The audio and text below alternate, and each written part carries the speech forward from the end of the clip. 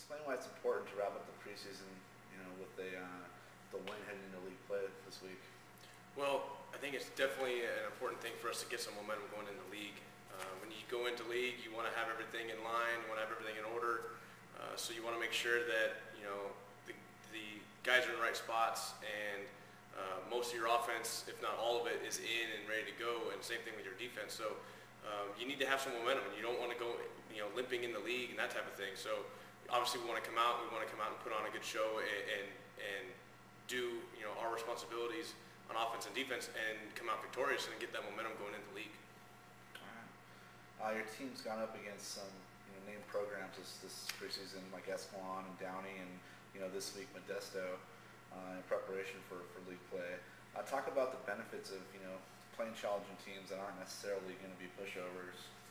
Well, it doesn't help us a lot if we go out and play teams that aren't going to push us to sometimes to the fourth quarter, and push us to the brink on a lot of games. So these games, they're preseason games. They're meant for us to get ready for league, and us, we always had the expectations that we're going to make playoffs. So they're going to help us get ready for playoffs as well. So our ultimate goal is we want to win a league championship, and we also want to get in playoffs if that doesn't happen, so we can win a section championship. So playing tougher teams and pushing us through different types of levels of intensity throughout the games, that's going to help us in the long run, because now we have a measuring stick for something as we go on later in the year and as we get into playoffs. So it's very important for us to play somebody tough, because it's not going to the season's not going to hinge upon those losses if we come out on the wrong end like we did against week 2 against Escalon. So you have room to work and to build off those important losses, so to speak. So you like to do your homework. You like to prepare for games. I imagine you're constantly trying to stay ahead of the competition.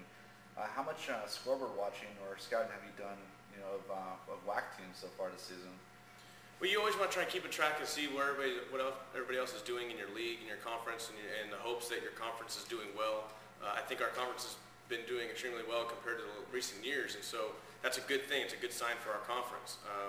And yet you ultimately want to see that. You don't want to have it be a 1 or 2 horse race throughout the year. And we've got a lot of teams that are doing very well this year and are improving on aspects that they had last year, improving it every year. So we pay attention to it, but we're not going to go out and outwardly scout them ahead of time, because we obviously want to play the team. We want to focus on who we're playing this week. And so other than just reading about them and kind of in a way rooting for them as we go through the preseason, it really hasn't been much of a scouting aspect of it. In our last correspondence, you talked a little bit about a few of some recent graduates that have come from this program, even as recent as last year, that are excelling, at the JC level. Maybe right now you can talk about a couple of those players and what you've heard as far as how they've continued their football careers outside of Patterson. Well, it's great that we've had some success on the field at the high school level. We've also had some guys that have done some really good things for us and representing our school, our community at the next level, at the college level. And right now at MJC we have 4 guys that are ex-Tigers that are there, and 2 of them from the class of 07 and 2 from the class of 08, with Keith Yamamoto and Robbie Samano and Scott Cozart and Josh Cantu.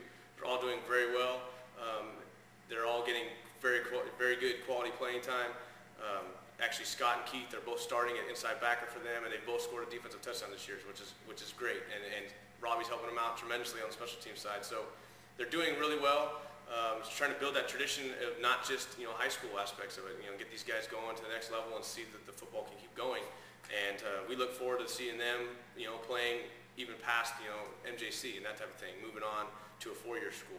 And even way across the bay over at De Anza College, we have Gordy Inocencio, who played for us here, played 3 years of, actually 4 years, but 3 years of fullback position in our option offense. Now he's playing on the defensive side of the ball. It's a little bit different for him, but he's doing really well, and he's actually scored a touchdown on the defensive side of the ball this year. So it's really good to see these guys playing, and they're really excited about playing. I get information from them or from their parents or their friends about how they're doing. I've seen a couple of them play.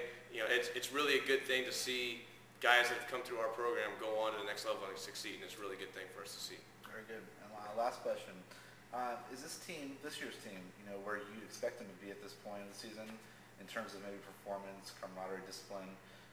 Or are they further along? Maybe are they exceeding expectations, or perhaps are they, just progressing, as you'd like them to?